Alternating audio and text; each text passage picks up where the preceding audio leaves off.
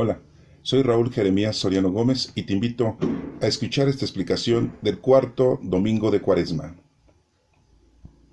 Evangelio según San Juan, capítulo 3, del 14 al 21.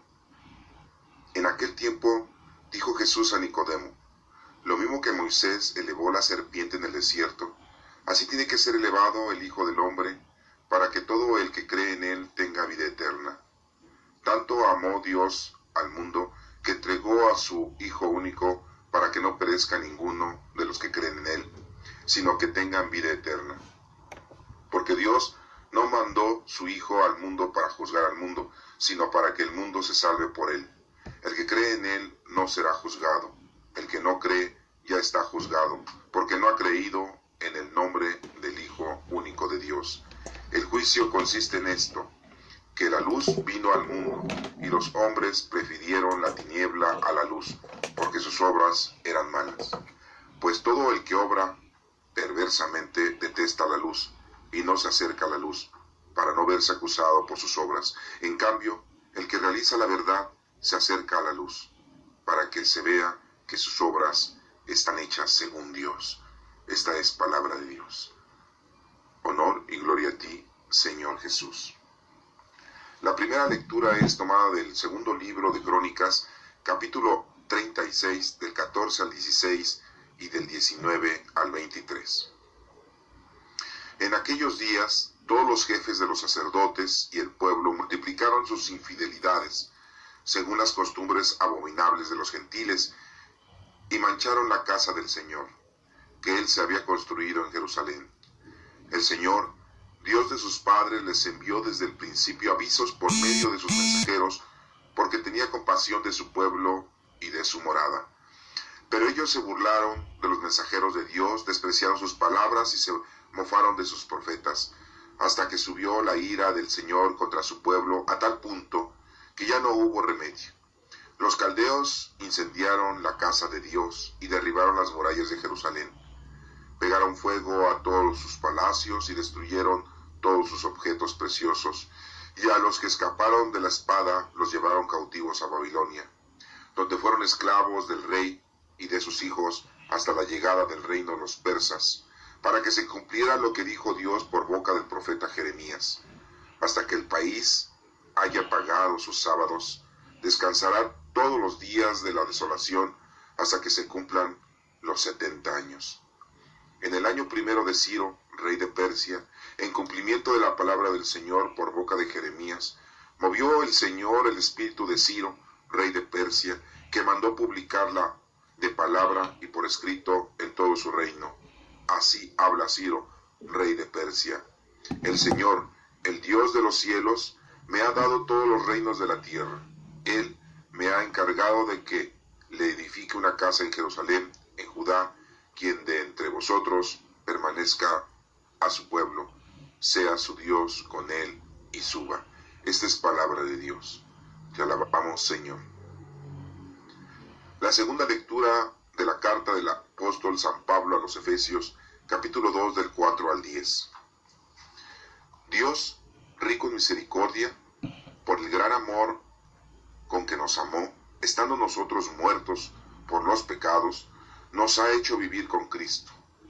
Por pura gracia estás salvado. Nos ha resucitado con Cristo Jesús y nos ha sentado en el cielo con él. Así muestra a las edades futuras la inmensa riqueza de su gracia, su bondad para nosotros en Cristo Jesús. Porque estás salvado por su gracia y mediante la fe.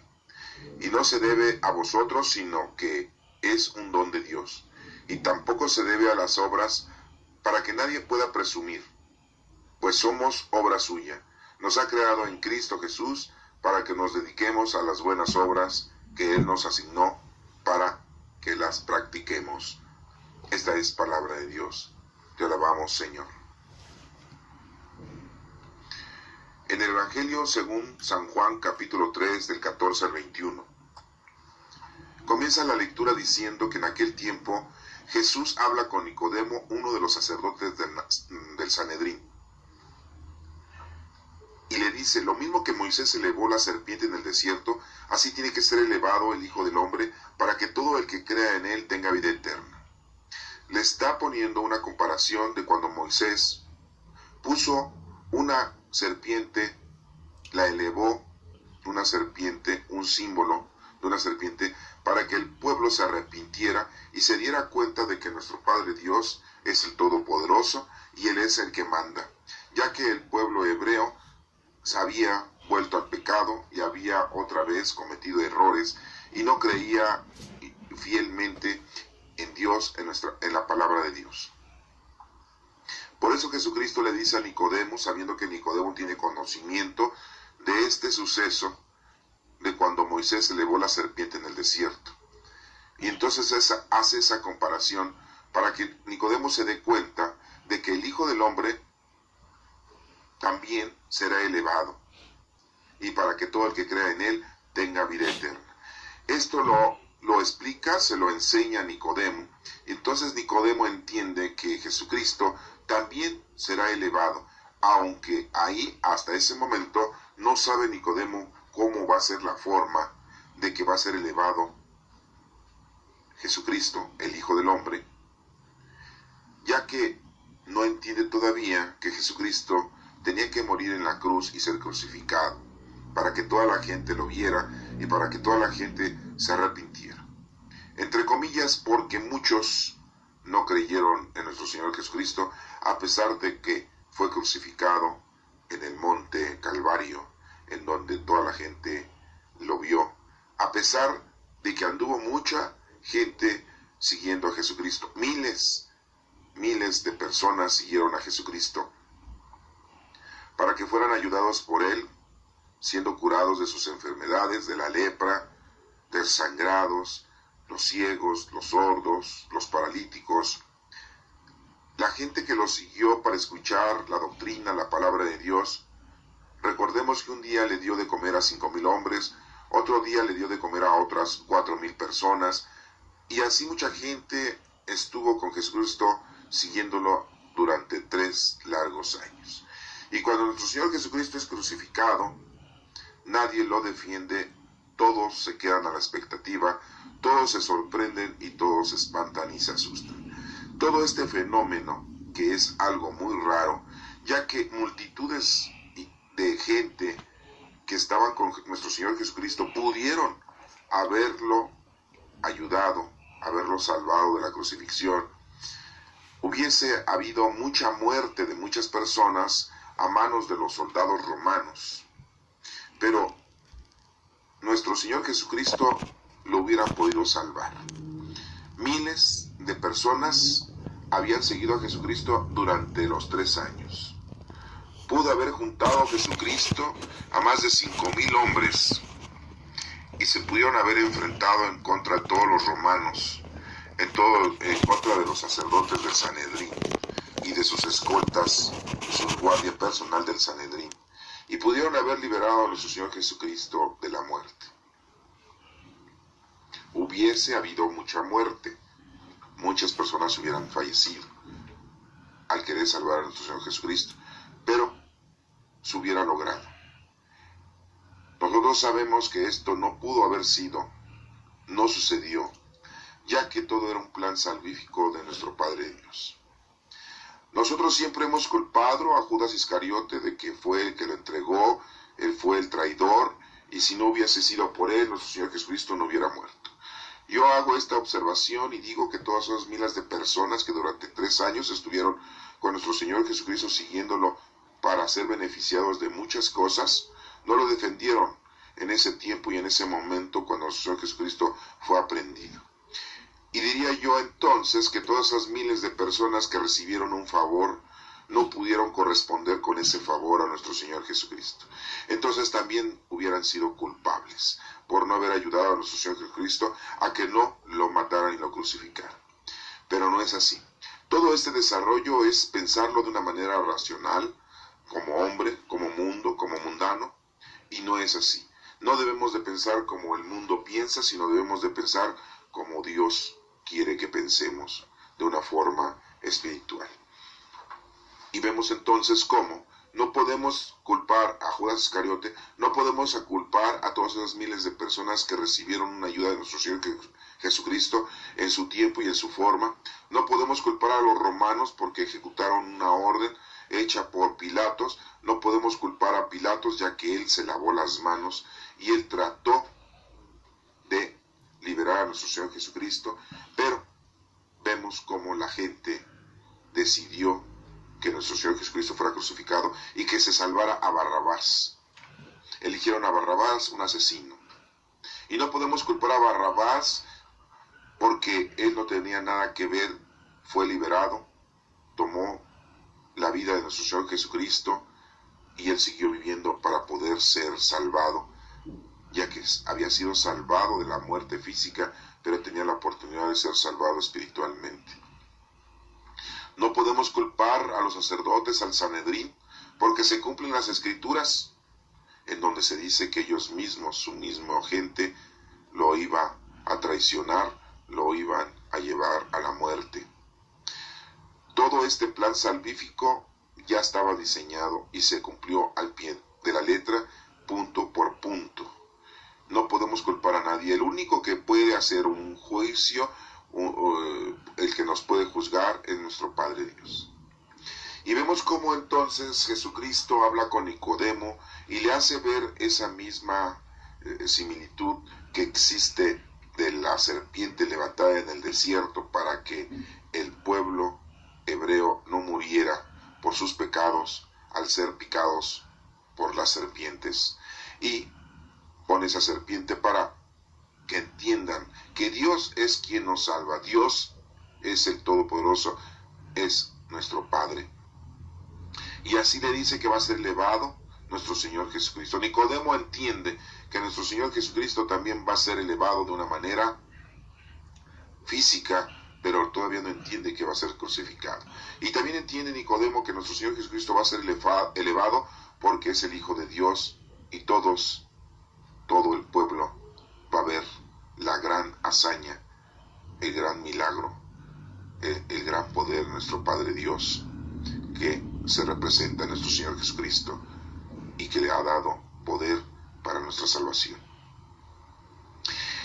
Y lo dice así, para que todo el que cree en Él tenga vida eterna. Todos aquellos que creemos en nuestro Señor Jesucristo, nuestra gran satisfacción es saber que vamos a tener vida eterna. No es una vida eterna corporal, no es una vida eterna material ni en este mundo. La vida eterna es espiritual y es con nuestro Padre Dios, en un lugar en el que no lo conocemos. Dice la lectura que tanto amó Dios al mundo que entregó a su Hijo único para que no perezca ninguno de los que creen en Él. Nuestro Padre Dios nos está dando la información inédita, exacta, muy perfecta, de que manda a su Hijo, a nuestro Señor Jesucristo, porque así le conocemos, así le conocimos como Jesús, Jesucristo, y lo entrega. Eso quiere decir que lo da. Esta palabra de entregar, tómenla en cuenta muy, pero exacta, porque dice que amó Dios al mundo y entregó a su Hijo. Entonces, cuando nosotros decimos que Judas Iscariote entregó a nuestro Señor Jesucristo, es el mismo verbo. Aquí Dios lo entrega con amor. Tanto amó Dios al mundo que entrega a su Hijo. Por amor entregó a su Hijo, para que viniera aquí, para que nos trajera la doctrina, para que lo conociéramos y de esta manera pudiéramos creer nosotros en nuestro Padre Dios, que ese es el objetivo principal. Y todo aquel que cree en Él tenga vida eterna. Muy claramente dice por qué razón mandó a nuestro Señor Jesucristo, porque así le conocemos como Jesucristo. Y lo entrega. Entonces, si estamos culpando a Judas Iscariote porque entregó a Jesucristo para que fuera crucificado, entre comillas, ¿por qué entonces no hacemos esa misma observación de que aquí muy claramente lo dice el Evangelio, de que nuestro Padre Dios por amor entrega a su Hijo? Así no lo dice Judas Iscariote, no lo dice el Evangelio, en donde Judas Iscariote entrega a Jesucristo por amor, porque el amor ya estaba implícito desde el momento que nuestro Padre Dios envía a su Hijo único, que es Jesucristo. Reitero, Judas Iscariote no es culpable de nada. Judas Iscariote hizo lo que tenía que hacer, la obra más difícil, que era llevar a Jesucristo ante el Sanedrín. No entregar, la palabra entregar quizá la hemos manejado de una manera muy agresiva, pero es llevar. Judas Iscariote lleva a nuestro Señor Jesucristo con los del Sanedrín para que haya una reunión, una junta y haya un acuerdo, el cual no existe, ya que el Sanedrín engaña a Judas Iscariote y le dice: tú lo has entregado, tú no lo has entregado.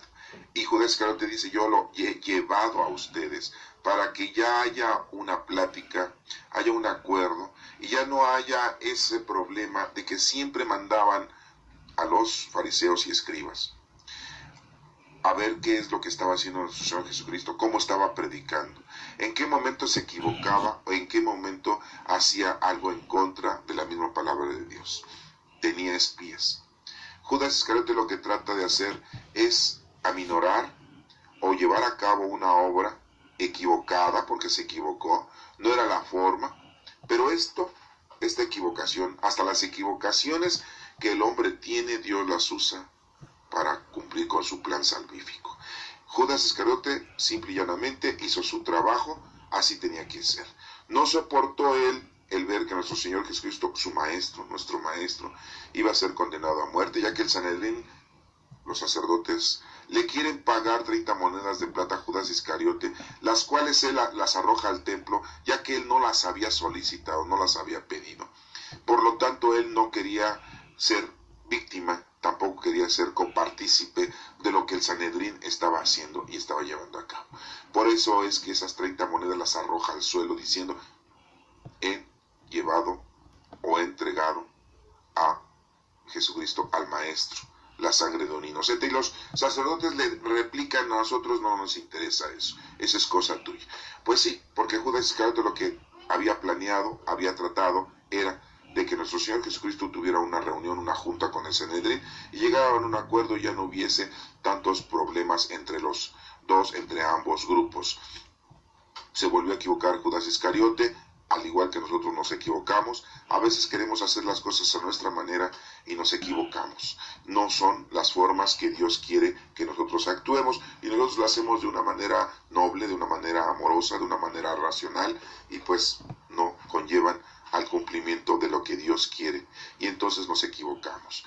Tenemos que tener mucho cuidado cuando tenemos resolutivos en nuestra vida, porque creemos que esa es la mejor forma de educar a nuestros hijos, de convivir con nuestra pareja.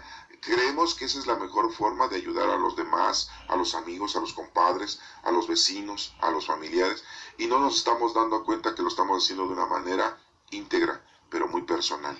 Y no estamos pidiéndole a Dios que verdaderamente Él nos dirija y nos diga cómo debemos de llevar a cabo ese plan que hemos dispuesto. Y Judas Iscariote, vemos cómo entonces, pues Él planea y viene una equivocación. Y de esa equivocación, Dios de todas maneras la toma para que se cumpla la voluntad que era de que nuestro Señor Jesucristo iba a ser elevado. Y vemos cómo entonces, dice aquí muy claramente: tanto amó Dios al mundo que entregó a su Hijo único para que no perezca ninguno de los que creen en Él. Y si creemos en nuestro Señor Jesucristo, verdaderamente vamos a tener vida eterna. Y nos menciona muy claramente aquí que Dios no mandó a su Hijo, no mandó a Jesucristo. No dice Jesús, dice no mandó a su Hijo al mundo para juzgar al mundo. Porque nuestro Padre Dios no le pone, no le dice Jesús, le dice su Hijo. Porque Dios no mandó a su Hijo al mundo para juzgar al mundo. Nuestro Señor Jesucristo no vino a juzgarnos, nos vino a traer la doctrina, nos vino a enseñar, nos vino a traer la salvación. Nos vino a decir qué es o cómo es la forma de poder llegar, regresar a nuestro Padre Dios. Sino todo lo contrario, para que el mundo se salve por nuestro Señor Jesucristo, por Él. El que cree en Él no será juzgado, nos dice la lectura. El que no cree ya está juzgado. Muchos no creen en nuestro Señor Jesucristo y ya están juzgados, porque están viviendo de una manera mundana y terrenal, están viviendo de una manera social, solamente física, y entonces esa gente ya está juzgada. El día que mueran, se mueren. Nosotros esperamos siempre y vivimos y nos vamos, morimos físicamente, pero nos dormimos espiritualmente esperando la resurrección de nosotros y de la vida del mundo futuro. Así lo decimos en el credo, esas últimas frases que decimos. Y nosotros queremos siempre estar dormidos en el Señor y esperando la resurrección. porque no ha creído en el hombre del Hijo único de Dios. El juicio consiste en esto, que la luz vino al mundo. La luz vino al mundo. La luz es nuestro Señor Jesucristo. Él nos ha traído la luz, la claridad de las cosas y de cómo debemos de vivir siempre en este mundo. Y los hombres prefirieron la tiniebla a la luz. Y vemos como en la actualidad muchos seres humanos en todo el mundo, en todos los países, prefieren las tinieblas, prefieren la maldad, prefieren lo mundano, prefieren lo terrenal. No quieren hacer caridad, no quieren amar al prójimo, no quieren vivir en armonía, quieren vivir su personalidad, quieren vivir personalmente, quieren hacer las cosas a su manera, a su razón de ser. Como les digo, quieren poner sus planes de vida como lo puso Judas Iscariote y se equivocó, como lo quiso poner Pedro y también se equivocó, como lo quiso poner Santiago y también se equivocó. Y el plan salvífico de Dios es otro. Y aún en nuestras equivocaciones, lo acabamos de analizar, Dios ocupa nuestras equivocaciones para cumplir con el plan salvífico. Y nos dice aquí, pues todo el que obra perversamente detesta la luz. Lógico. El que anda en el mundo de una manera equivocada no acepta las cosas de Dios y no se acerca a la luz para no verse acusado por sus obras. En cambio, el que realiza la verdad se acerca a la luz. Todos los que queremos hacer lo que Dios nos manda, pues cada vez más nos acercamos a la luz, cada vez más nos acercamos a nuestro Señor Jesucristo, para que se vea que sus obras están hechas según Dios. Esa es la forma de cómo nosotros debemos de presentarnos ante el mundo. ¿Cómo nos debe de conocer la gente que somos hijos de Dios? ¿Cómo debe de saber la gente que somos cristianos? ¿Cómo debe de saber la gente que somos verdaderos soldados del ejército de salvación de nuestro Señor? ¿Cómo? Con nuestras obras, con nuestras actitudes, con nuestra forma de ser, de pensar, de dirigirnos, de llevar a cabo todo lo que el Señor nos pide. Tenemos que trabajar, tenemos que hacer obras de caridad, tenemos que ayudar al prójimo, tenemos que aconsejar a aquel que está equivocado, tenemos que enseñarle a aquel que no sabe de la doctrina de la palabra de Dios. A los niños los debemos de educar, a los niños los debemos de entender, los debemos de controlar con paciencia, porque ellos están en desarrollo, porque ellos están siendo contaminados por el mundo, por la sociedad, por lo terrenal. Debemos de ayudarles día a día, poco a poco. Debemos de acompañarles, debemos de visitar a los enfermos, de ayudarlos, de visitarlos, de asistirlos siempre a ellos, a aquellas personas que están alejadas de Dios o que están en la cárcel. También debemos de ayudarles. ¿Cuántos niños no tienen padre? ¿Cuántos niños no tienen madre? Y están huérfanos y no tienen quien los proteja. Y nosotros no hacemos nada. Nosotros nos quedamos solamente queriendo amar a Dios de boca, diciendo unas bonitas palabras, rezando el rosario, haciendo la hora litúrgica, yendo a misa, yendo a la hora santa, perteneciendo a un grupo parroquial, pero no estamos haciendo nada por los demás. Estamos comportándonos como muchos de nuestros presbíteros se comportan, que nada más están encerrados en sus capillas, en sus templos, en sus parroquias, en sus iglesias, y no salen al mundo, no salen a la calle a ayudar al prójimo. Quieren que les llegue ahí todas sus economías, quieren que les llegue ahí a la gente para que escuchen la palabra de Dios, y no salen a la calle, no salen a las calles, no salen a las casas, no salen a las familias a predicar la palabra de Dios. Quieren ellos estar encerrados como ratas, como ratones de cuartos oscuros. Así quieren ellos estar, y quieren ellos, según, cumplir así con la doctrina que Cristo nos ha dejado para salvarnos. Y pues se equivocan, y así estamos siendo a veces nosotros. Nos reclutamos en un grupo parroquial, nos reclutamos en nuestras actitudes religiosas de santería, nos reclutamos nada más en los aspectos tradicionales, de costumbres, y no hacemos nada por los demás. Las personas que ayudan al prójimo, las personas que visitan a los enfermos, que ayudan a los niños, a los ancianos, entonces ellos sí tienen obras que los va a representar. Entonces ellos sí creen en Dios, sí aman a Dios y sí están trabajando para Dios. Su fe es muy grande porque está hablando su fe por las obras que tienen. Una fe sin obras es una fe muerta. Acuérdense de ese capítulo de Santiago 2, capítulo 17, de versículo número 17. Esta lectura que hoy acabamos de leer del Evangelio de San Juan capítulo 3 del 14 al 21. Así como Jesucristo le está diciendo a Nicodemo cómo es la forma de que nuestro Señor Jesucristo va a ser elevado. Y que sabemos que nuestro Padre Dios entregó, repito la palabra, entregó, al igual que esa palabra se usa cuando decimos que Judas Iscariote entregó a nuestro Señor Jesucristo. Pues aquí el primero que entregó a nuestro Señor Jesucristo es nuestro Padre Dios. Y lo entregó para nuestra salvación. Y todo el que cree en Él vivirá para siempre. ¿Tú crees en nuestro Señor Jesucristo? Demuéstralo con tus obras. Pasemos a la lectura del libro de Crónicas en el Antiguo Testamento. Vamos a ver cómo nuestro Padre Dios habla al pueblo hebreo y hace la misma referencia de lo que acabamos de escuchar en la lectura de Juan. Dice que en aquellos días todos los jefes sacerdotes y el pueblo multiplicaron sus infidelidades según las costumbres abominables de los gentiles y mancharon la casa del Señor, el que se había construido en Jerusalén. Entonces aquí nos indica que en este tiempo todos los hebreos, todo el pueblo había cometido ya pecado, ya le valía muy poco todo lo que nuestro Padre Dios había hecho por ellos durante muchos años antes. Y todo lo que les había enseñado por medio de sus profetas les había importado muy poco. Ellos ya querían vivir como los gentiles, como la gente que no conocía a Dios. Querían vivir de una manera abominable, con esas costumbres erróneas y equivocadas. El pecado ya vivía en ellos en todas sus dimensiones. No estamos lejos, en la actualidad estamos pasando por lo mismo. Hay muchísima gente que se dedica a la maldad, al asesinato, a las drogas, se dedica a la perversión, se dedica al secuestro, a la violación, a la trata de blancas, que es a la prostitución.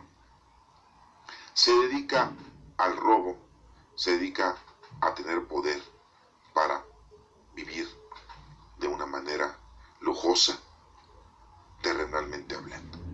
Y dice aquí que en aquel tiempo pues eso también pasaba.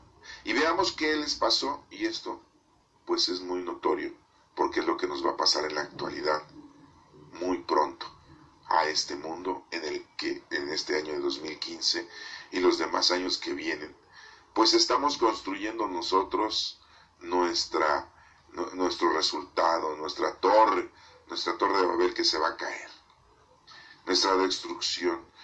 Ya sembramos, pues vamos a cosechar. ¿Por qué? Porque hemos estado viviendo igual que ese tiempo, como nos lo está mencionando el libro de Crónicas, tanto los sacerdotes y el pueblo multiplicaron sus infidelidades. Y digo sacerdotes porque en la actualidad los sacerdotes también están en su mayoría equivocados. Y estamos equivocados muchos de nosotros porque estamos viviendo en la infidelidad, estamos viviendo en el pecado, estamos viviendo alejados del Señor.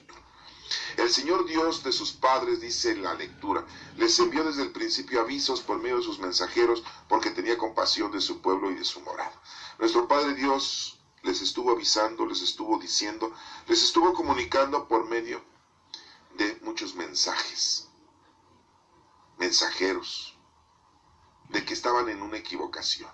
En la actualidad el Señor nos está mandando muchos mensajes que estamos equivocados y no entendemos.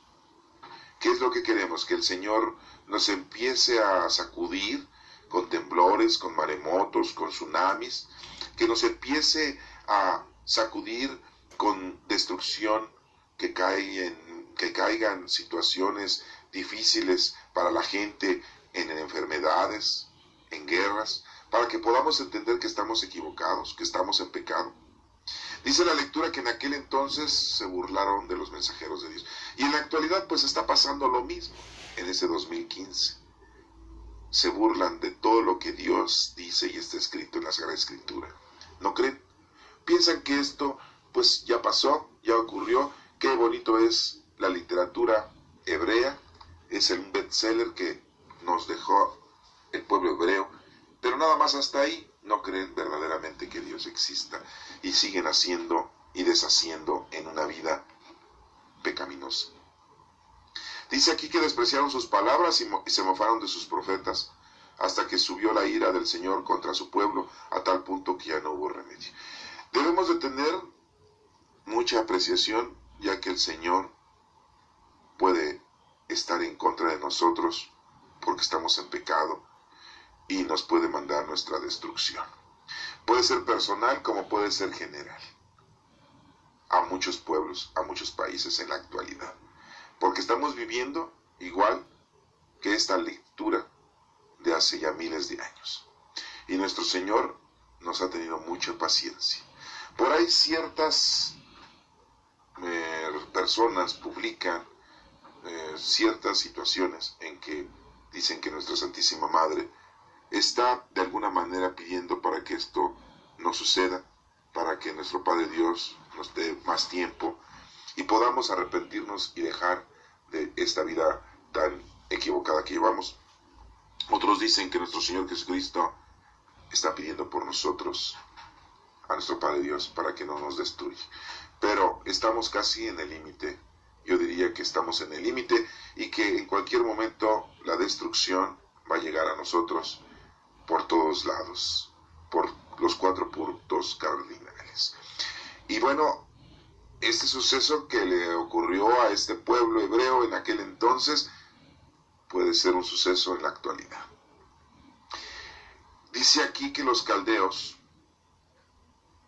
en la lectura, incendiaron la casa de Dios y derribaron las murallas de Jerusalén. Dios permitió que los caldeos destruyeran todo de los hebreos. Pegaron fuego a todos sus palacios y destruyeron todos sus objetos preciosos, y a los que escaparon de la espada los llevaron cautivos a Babilonia. El pueblo hebreo vivió cautivo en Babilonia, los que sobrevivieron, donde fueron esclavos del rey. Volvieron a ser esclavos como habían sido esclavos ya en Egipto 400 años, pues aquí en Babilonia volvieron a ser esclavos.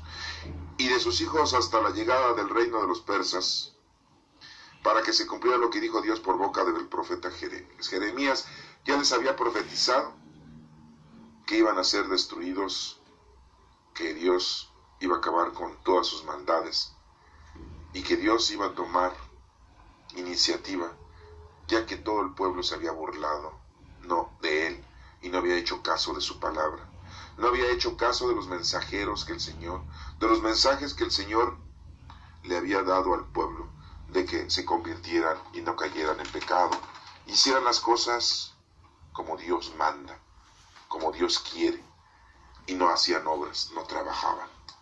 Querían vivir su vida terrenal, como en la actualidad.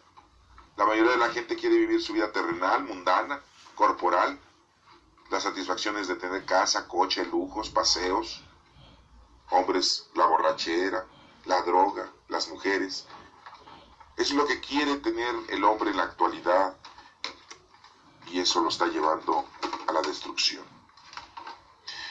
Pues Jeremías ya se los había profetizado a todos ellos y ellos no quisieron entender. Así nos dice la lectura. Hasta que el país haya pagado sus sábados, descansará todos los días de la desolación, hasta que se cumplan los 70 años. Así lo dijo Jeremías, y así se hizo y así se cumplió. Hasta que en el año primero de Ciro, del rey de Persa, en el cumplimiento de la palabra del Señor por boca de Jeremías, movió el Señor el espíritu de Ciro. Dios movió el espíritu del rey Ciro, el rey de Persia, y le dijo que mandara publicarla de palabra y por escrito a todo el reino, y dijera que así habla Ciro, el rey de Persia: el Señor, el Dios de los cielos, me ha dado todos los reinos de la tierra. Él me ha encargado que le edifique una casa en Jerusalén, en Judá. Quien de entre vosotros permanezca a su pueblo, sea su Dios con él y suba. La liberación del pueblo hebreo había llegado en el momento que Ciro había sido movido por el Espíritu de Dios para publicar que se había acabado ese castigo, porque el pueblo hebreo tenía que ser purificado de su maldad. Y en la actualidad nosotros estamos viviendo esa situación de pecado, esas costumbres abominables, esas infidelidades, tanto pecado que hay en el planeta, tanta injusticia. El Señor está a punto de darnos, no un castigo, diría yo, nos da un consejo, ahora en este tiempo, de que el Señor nos puede librar de ese pecado, pero nos tiene que purificar. Y para purificarnos, a cada uno de nosotros tenemos que pasar por muchas dificultades. Tenemos que pasar por mucho dolor y sufrimiento, como lo pasó el pueblo hebreo cuando fue cautivo, los que sobrevivieron en Babilonia, hasta que el rey Ciro les dio la libertad. Pasemos a la lectura de Pablo. Pero veamos entonces que el Señor nos está diciendo que debemos nosotros de tener reconciliación con Dios. Debemos nosotros tener nuestro trabajo bien hecho y no estar trabajando en las cosas abominables, en las cosas terrenales y mundanas. Tenemos que hacer las cosas que Dios quiere, que Dios nos ha dado a cada uno de nosotros que hagamos. Así lo dijo en el Evangelio. Nuestro Señor Jesucristo es la luz y Él es el que está con nosotros, y debemos nosotros de hacer obras en nombre de nuestro Señor Jesucristo. Acuérdense de lo que dice en el Evangelio: el que obra perversamente detesta la luz y no se acerca a la luz, para no verse acusado de sus obras. En cambio, el que realiza la verdad se acerca a la luz. Por eso Jesucristo le enseña a Nicodemo cómo nuestro Señor Jesucristo va a ser elevado. ¿Y cómo vamos a ser nosotros elevados? Con nuestras obras. Con obras cumplimos, sin obras nos perdemos. Y aquí vemos cómo en el libro de Crónicas los hebreos se perdieron y estuvieron cautivos. Los que sobrevivieron no hicieron sus obras. Esto te da a entender de que o te pones a trabajar, o te pones a hacer lo que tienes que hacer, o estás totalmente destruido. En la segunda lectura, como les digo, de Pablo a los Efesios, capítulo 2, del 4 al 10, dice que Dios, rico en misericordia, a pesar de que en la actualidad tenemos tanta abominación, tanto pecado, Dios no ha hecho todavía una destrucción, porque es rico en misericordia, nos tiene misericordia,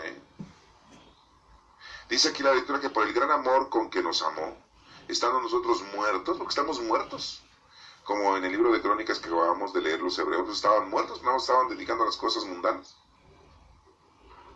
Dice, estando nosotros muertos por los pecados, nos ha hecho vivir con Cristo. Ya nuestro Señor Jesucristo vino, nos enseñó qué es lo que tenemos que hacer, y lo tenemos que hacer de una manera correcta, y de esa manera pues vamos a tener vida eterna.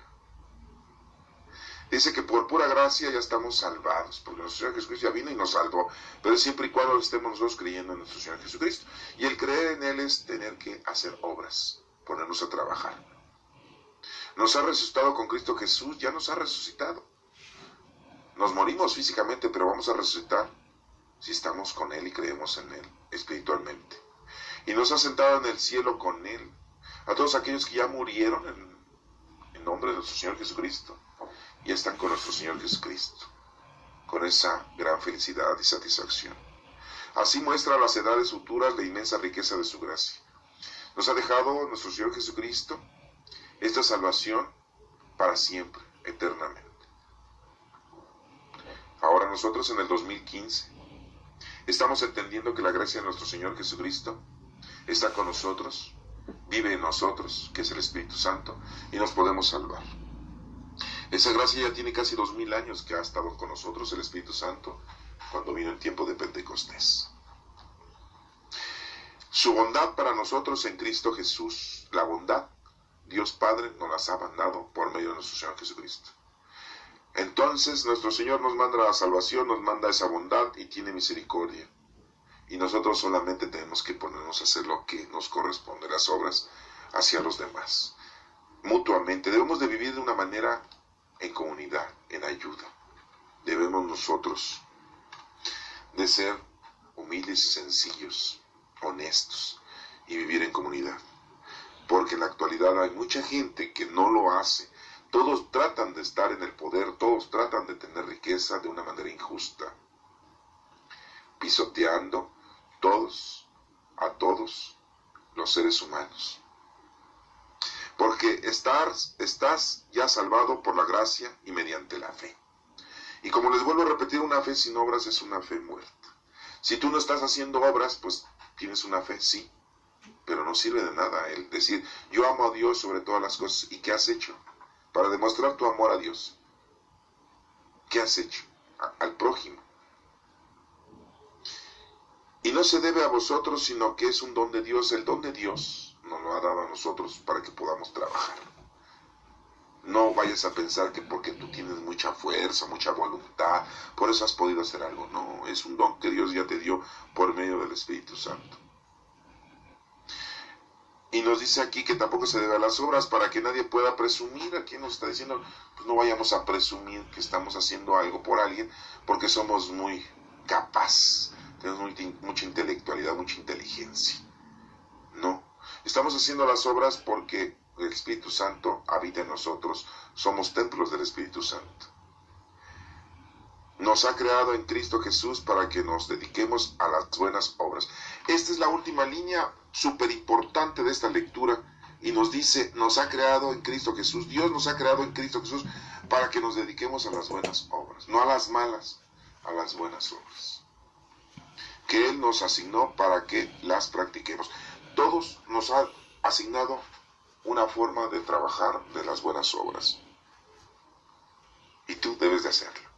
Y es tiempo que empieces a hacerlo. No sé qué edad tengas, pero ya es tiempo que lo empieces a hacer. Si no lo haces, no estás cumpliendo. Y si estás haciéndolo, hazlo con más dedicación. Porque esa es la forma en la que debemos representar que somos hijos de Dios, que somos cristianos, que somos soldados de salvación. Así debemos de demostrar. Nuestras obras son las que representan que verdaderamente somos hijos de Dios. Y así podemos demostrar que Dios es nuestro Padre Todopoderoso, que nuestro Señor Jesucristo es nuestro Salvador y que el Espíritu Santo es nuestro santificador.